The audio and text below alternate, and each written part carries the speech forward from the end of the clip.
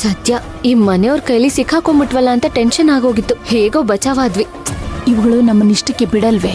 ಅಮ್ಮ, ಮೊದ್ಲು ಅವ್ರ ಕತೆನ ಸರಿ ಮಾಡ್ಕೊಳ್ಳಿ, ಆಮೇಲೆ ನಮ್ ಬಗ್ಗೆ ಯೋಚನೆ ಮಾಡ್ಲಿ. ಆದ್ರೂ ನೀನ್ ಏನೇ ಹೇಳು ಮಾಯಾ, ಆ ಕೃಷ್ಣ ಅವ್ರು ಎಲ್ರೂ ಮುಂದೆ ಇಷ್ಟು ಧೈರ್ಯವಾಗಿ ಮಾತಾಡ್ತಾನೆ ಅಂತ ನಾನು ಕನ್ಸಲ್ಲೂ ಅನ್ಕೊಂಡಿರ್ಲಿಲ್ಲ. ಹೌದಮ್ಮ, ಆಲ್ರೆಡಿ ಇಬ್ಬರನ್ನ ಮನೆಯಿಂದ ಹೊರಗಡೆ ಕಳ್ಸಿದ್ದಾಯ್ತು. ಇನ್ನ ವಸುಮತಿ ಅವಳ ಗಂಡನ್ನ ಆದಷ್ಟು ಬೇಗ ಮನೆಯಿಂದ ದಬ್ಬಿದ್ರೆ ಸಾಕು. ಯೋಚನೆ ಮಾಡ್ಬೇಡ ಮಾಯಾ, ಒಂದೊಂದೇ ಟಿಕೆಟ್ ಹೋಗ್ತಾ ಇರುತ್ತೆ, ನೋಡ್ಕೊಂಡ್ ಸುಮ್ನೆ ಇರು. ಅಮ್ಮ, ನನ್ಗೊಂದ್ ಡೌಟು. ಅಯ್ಯೋ, ನಿನ್ನ ಹೇಳ್ಕತ್ತೆ ವಯಸ್ಸಾದ್ರೂ ನಿನ್ನ ಡೌಟ್ ಮಾತ್ರ ಮುಗಿಯಲ್ಲ. ಕೇಳು. ಎಲ್ಲದಕ್ಕೂ ಬೈತಿರ್ಬೇಡ, ಫಸ್ಟ್ ನಾನ್ ಹೇಳೋದನ್ನ ಕೇಳಿಸ್ಕೊ. ಸರಿ ಹೇಳು. ಆ ಕೃಷ್ಣಂಗ್ ಇವ್ರೆಲ್ಲ ಪುಂಗಿ ಊದ್ತಿದ್ರಲ್ಲ, ಅವ್ರ ಬೆಣ್ಣೆ ಮಾತಿಗೆ ಏನಾದ್ರೂ ಕರ್ಗು ಹೋಗಿ ಅವ್ರ ಮಾತಿಗೆ ಒಪ್ಕೊಂಡ್ಬಿಟ್ರೆ ಏನ್ ಮಾಡೋದವಾಗ? ಆ ಕೃಷ್ಣ ಈ ಸಲ ಕರ್ಗಕ್ ಸಾಧ್ಯನೇ ಇಲ್ಲ. ಅವನೊಂಥರ ಈ ಮಹಾಭಾರತದಲ್ಲಿ ಭೀಮ ಬರ್ತಾನಲ್ಲ, ಭೀಮ ಇದ್ದ ಹಾಗೆ. ಅಣ್ಣ ಹೇಳಿದ್ದೆ ವೇದವಾಕ್ಯ, ಅಣ್ಣ ಹೇಳಿದ್ದೆ ಸತ್ಯ, ಅಣ್ಣನೇ ಧರ್ಮ. ಅವನು ಅಣ್ಣನ್ ಗುಲಾಮ. ಒಳ್ಳೇದ ಕೆಟ್ಟದ್ದು ಅವನ ಅಣ್ಣನ್ ಮಾತೆ ಕೇಳೋದು. ಕೋದಂಡ ನಮ್ ಗೊಂಬೆ, ಕೃಷ್ಣ ಅವನ್ ಗೊಂಬೆ. ಈ ಎರಡೂ ಗೊಂಬೆಗಳು ನಾವು ಹೇಳ್ದಾಗ ಆಡಿದ್ರೆ ಸಾಕು ಅಷ್ಟೇ. ಅಮ್ಮ, ಹೇಗಾದ್ರೂ ಮಾಡಿ ಆ ಕೃಷ್ಣನ ನಮ್ ಟೀಮಿಗೆ ಹೇಳ್ಕೊಂಡ್ರೆ ಈ ಮನೆಯವ್ರಿಗೆ ಎಳ್ಳು ನೀರು ಬಿಡೋದಕ್ಕೆ ಯಾರು ಗತಿ ಇರಲ್ಲ. ಆಮೇಲೆ ಈ ಮನೆಯಲ್ಲಿ ನಮ್ದೇ ರಾಜ್ಯಭಾರ. ವಂಶಿ ಪರ್ಮನೆಂಟ್ ಆಗಿ ಈ ಮನೆ ಕೆಲ್ಸದೊಳಾಗಿರ್ತಾಳೆ. ಬಂಗಾರಿ, ಇದೆಲ್ಲ ಆಗ್ಬೇಕು ಅಂದ್ರೆ ನಿನ್ನ ಗಂಡ ಕೋದಂಡ ನಿನ್ನ ಕೈ ತಪ್ಪ ಹೋಗ್ಬಾರ್ದು. ಹಾಗ ಅವನ್ನ ಸೆರ್ಗಲ್ ಗಂಟ ಹಾಕೋ. ಅದ್ ಬಿಡಮ್ಮ, ಅವ್ನ್ ಆಲ್ರೆಡಿ ಒಳ್ಳೆ ಚಿಕ್ಕ ಮಗು ತರ ನನ್ ಹಿಂದೆನೆ ಸುತ್ತಾಡ್ತಿರ್ತಾನೆ. ಇನ್ಮೇಲೆ ನಾನ್ ಸೆರ್ಗಿಡ್ಕೊಂಡು ಓಡಾಡೋ ತರ ಮಾಡ್ತೀನಿ. ಅದನ್ನ ನೋಡಿ ಆ ವಸುಮತಿ ಹೊಟ್ಟೆ ಉರ್ಕೋಬೇಕು. ಕೋದಂಡ ನಮ್ಮ ಮಾತನ್ ಬಿಟ್ಟು ಬೇರೆ ಯಾರ ಮಾತನ್ನು ನಂಬಬಾರ್ದು. ಕೃಷ್ಣ ವಂಶಿ ಯಾವತ್ತಿಗೂ ಒಂದಾಗ್ಬಾರ್ದು. ಇದೆರಡು ನಡೆದ್ರೆ ಈ ಮನೆ ಹಣೆ ಬರಹನ ನಾವೇ ಗೀಚ್ಬೋದು ಅಲ್ವಾ?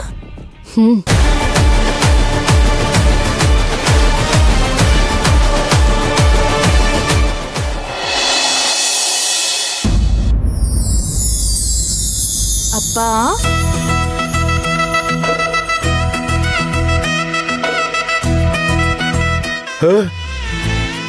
ವಂಶಿ, ಏನಪ್ಪ ಎಲ್ಲಾನು ಪ್ಯಾಕ್ ಮಾಡ್ತಾ ಇದ್ದೀರಾ?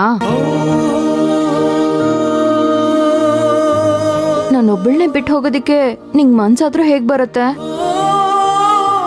ಇದೇನಾ ನಿನ್ ಪ್ರೀತಿ? ಸರಿ, ನನ್ನ ಬಿಟ್ಟು ಹೋಗ್ಬೇಕು ಅಂತಿದ್ದೀರಾ? ಹೋಗಿ ಹೋಗಿ. ಏನಪ್ಪ ನೀನು, ನಿನ್ನ ಬಿಟ್ಟೋಗ್ಬಿಡ್ತೀವ ನಾವು? ಹಾ, ಇಲ್ಲ ಕಣೋ, ಯಾವುದೇ ಕಾರಣಕ್ಕೂ ನಿನ್ನ ಬಿಟ್ಟೋಗಲ್ಲ ಕಣೋ. ನಿಮ್ಮ ಅಮ್ಮಂಗೆ ಹೇಳ್ತೀನಿ, ನಾವು ಊರಿಗೆ ಹೋಗೋದೇ ಕ್ಯಾನ್ಸಲ್ ಮಾಡ್ಬೇಡ, ಆಯ್ತೇನಪ್ಪ? ಹೆಂಗೋ ಬಿಟ್ಟೋಗೋಚ್ಚಿ ನನ್ನಿನ್ನ ಈ ಮುದ್ದನ್ನ ಹೆಂಗಾದ್ರೂ ಬಿಟ್ಟೋಗಕ್ಕಾಗುತ್ತೇನಪ್ಪ? ಇಲ್ಲ ಕಣೋ, ಬಿಟ್ಟೋಗಲ್ಲ ನೀನು. ರೀ,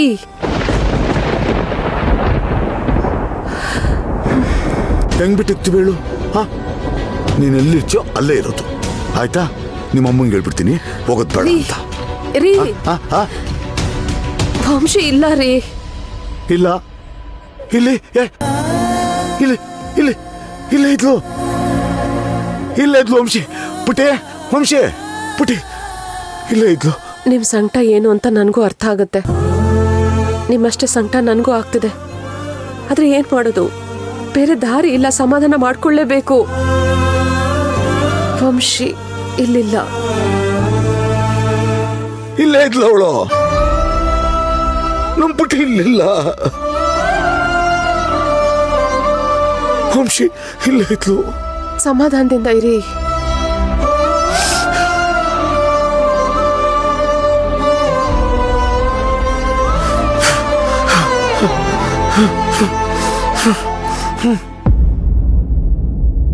ನಿನ್ ನೋವು ನನ್ಗೆ ಅರ್ಥ ಆಗುತ್ತೆ, ಸಮಾಧಾನ ಮಾಡ್ಕೋ ವಂಶಿ. ಹೇಗ್ ಸಮಾಧಾನ ಮಾಡ್ಕೊಳ್ಳೆ? ನನ್ಗೆ ನಮ್ಮಪ್ಪ ಅಂದ್ರೆ ಜೀವ, ಅವರೇ ನನ್ನ ಉಸಿರು.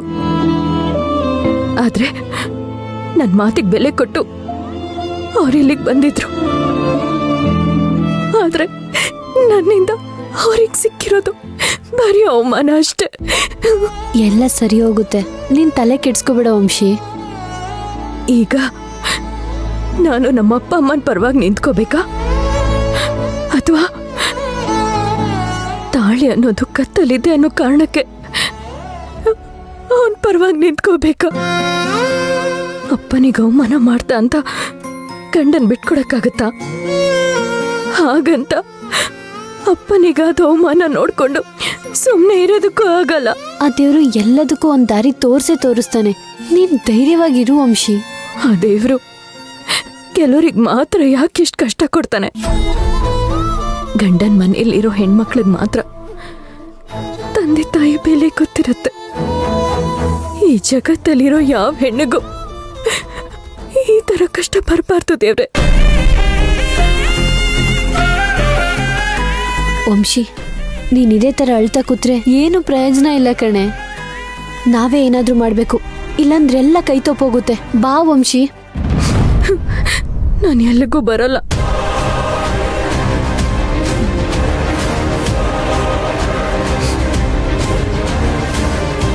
ಆ ಮಾಯ ಮತ್ತೆ ನಳಿನಿಯ ಕುತಂತ್ರ ದಾಟಕ್ಕೆ ಅಂತ್ಯ ಹಾಡೋದು ಹೇಗೆ ಅಂತ ನನಗೆ ಚೆನ್ನಾಗಿ ಗೊತ್ತು.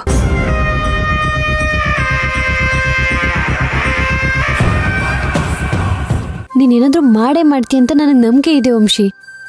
ಅವ್ರಿಷ್ಟೆಲ್ಲ ಮಾಡಿದ್ರು ಕೂಡ ಈ ಮನೆಗೆ ಒಳ್ಳೇದ್ ಮಾಡೋದ್ರ ಬಗ್ಗೆನೇ ಯೋಚನೆ ಮಾಡ್ತಿದ್ಯಾ. ಇದ್ರಲ್ಲೇ ಗೊತ್ತಾಗುತ್ತೆ ನೀನ್ ಈ ಕುಟುಂಬನ ಎಷ್ಟು ಗೌರವಿಸ್ತೀಯಾ ಅಂತ. ನಿಜವಾಗ್ಲೂ ನೀನ್ ನನ್ನ ಫ್ರೆಂಡು ಅಂತ ಹೇಳ್ಕೊಳ್ಳೋದಿಕ್ಕೆ ಹೆಮ್ಮೆ ಆಗ್ತಿದೆ ವಂಶಿ. ನಯನ, ಇದು ನನ್ನ ಮನೆ. ನನ್ನ ಕಣ್ರೆಪ್ಪೆ ಥರ ಈ ಕುಟುಂಬನ ಕಾಪಾಡ್ಕೊಳ್ಳೋದು ನನ್ನ ಕರ್ತವ್ಯ. ಆದ್ರೆ ಇದ್ ನಿನ್ ಗಂಡ ಕೃಷ್ಣಂಗಾಗ್ಲಿ ಭಾವ ಕೋದಂಡವ್ರಿಗಾಗ್ಲಿ ಇದರ್ಥನೇ ಆಗ್ತಿಲ್ವಲ್ಲ ವಂಶಿ. ನಿಜವಾಗ್ಲೂ ಅನ್ಯಾಯ ಮಾಡ್ತಿರೋನ ಬಿಟ್ಟು ನಿನ್ಗೆ ಯಾಕೆ ಈ ತರ ಮಾಡ್ತಿದಾರ ವಂಶಿ? ನಿಜವಾಗ್ಲೂ ಇದು ಅನ್ಯಾಯ ಅಲ್ವಾ? ಇದ್ಯಾವುದು ಕೋದಂಡ ಬಾಮ ಮಾಡ್ತಿರೋದಲ್ಲ. ಅವ್ರ ಮಾತುಗಳು ಕೂಡ ಭಾವನ್ ಬಾಯಲ್ಲಿ ಬರ್ತಿದೆ ಅಷ್ಟೆ. ಆದ್ರೆ ಅವ್ರ ಬುದ್ಧಿನ ಕಂಟ್ರೋಲ್ ಮಾಡ್ತಿರೋದು ಮಾಯ ಮತ್ತೆ ನಳಿನಿ. ಅದೇನಾದ್ರೂ ಹಾಳಾಗೋಗ್ಲಿ, ಕೊನೆ ಪಕ್ಷ ಅವ್ರ ಹೆಂಡತಿ ಮಾತನಾರು ನಂಬ್ತಿದ್ದಾರೆ. ಆದ್ರೆ ನಿನ್ ಗಂಡಂಗೆ ಏನಾಗಿದೆ ವಂಶಿ? ಕೃಷ್ಣ ಯಾಕೆ ಈ ತರ ಆಡ್ತಿದ್ದಾನೆ? ನನಗೂ ಅದೇ ಅರ್ಥ ಆಗ್ತಿಲ್ಲ ಕಣೆ.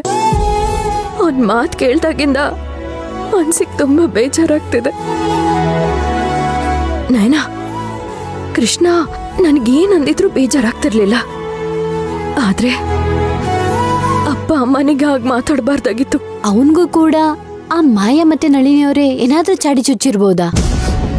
ಇಲ್ಲ, ಅವನ್ ಕಣ್ಣನ್ನ ಯಾರು ಮುಚ್ಚಿಲ್ಲ. ಅವನೇ ಅವ್ರ ಅಣ್ಣನ ಮೇಲಿರೋ ಕುರುಡು ಪ್ರೀತಿಯಿಂದ ಅವನ್ ಕಣ್ಣು ಮುಚ್ಕೊಂಡಿದ್ದಾನೆ. ನಾನು ಅವನನ್ನ ಅಷ್ಟೇ ಪ್ರೀತಿ ಮಾಡ್ತೀನಿ. ಆದ್ರೆ ಅವನದನ್ನ ಅರ್ಥ ಮಾಡ್ಕೊಳ್ಳೋದ್ರಲ್ಲಿ ಸೋತಿದ್ದಾನೆ.